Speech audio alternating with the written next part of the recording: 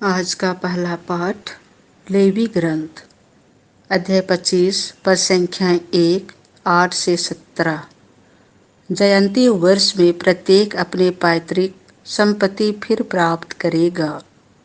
प्रभु ने सिनाई पर्वत पर मूसा से यह कहा, वर्षों के 7 सप्ताह अर्थात 7 बार 7 वर्ष, तदनुसार 49 वर्ष बीत जाने पर तुम 7वें महीने के 10वें दिन प्रायश्चित के दिन देश भर में तुरही बजवाओगे।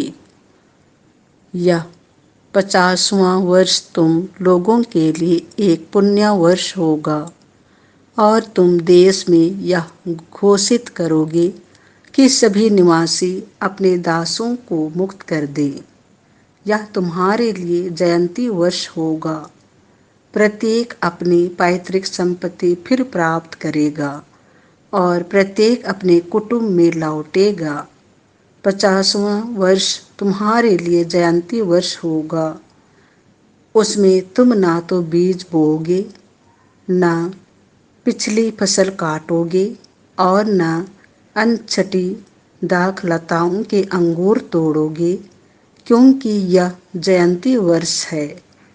तुम उसे पवित्र मानोगे और खेत में अपने आप उगी हुई उपज खाओगे।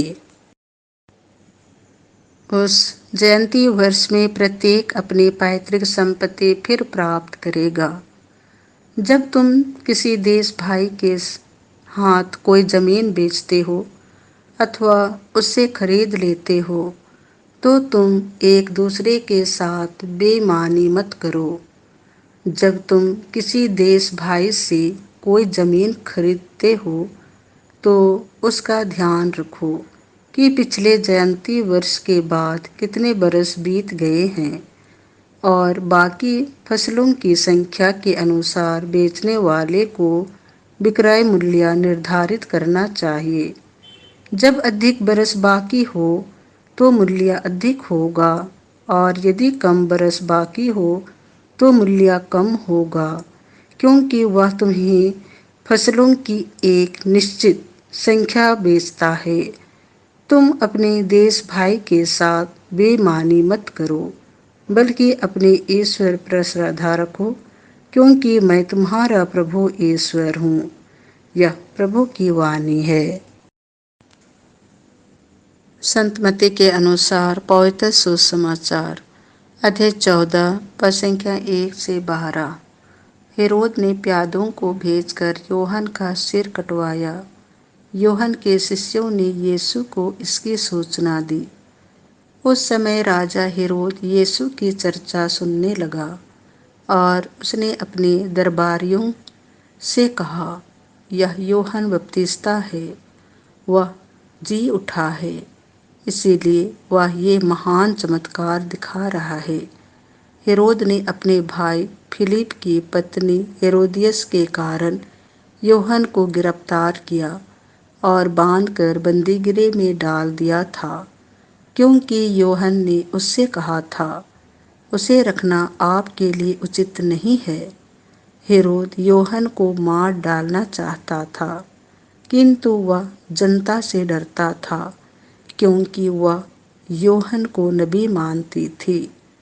हेरोद के जन्म दिवस के अवसर पर हेरोदियस की बेटी ने अतिथियों के सामने नृत्य किया और हेरोद को इतना मुग्ध कर लिया कि उसने शपथ खाकर वचन दिया, जो भी मांगो मैं तुम्हें दे दूंगा। उसकी माँ ने उसे पहले से सिखा दिया था, इसीलिए वह बोली, मुझे इसी समय थाली में योहन बपतिस्ता का सिर दीजिए। हेरोद को धक्का लगा, परंतु अपनी शपथ और अतिथियों के कारण उसने आदेश दिया कि उसे सिर दे दिया जाए और प्यादों को भेजकर उसने बंदीगृह में योहन का सिर कटवा दिया। उसका सिर थाली में लाया गया और लड़की को दिया गया और वह उसे अपनी माँ के पास ले गई। योहन के शिष्य आकर उसका शव ले गए। उन्होंने उसे दफनाया और जाकर यीशु को इसकी सूचना दी। यह प्रभु का सुसमाचार है।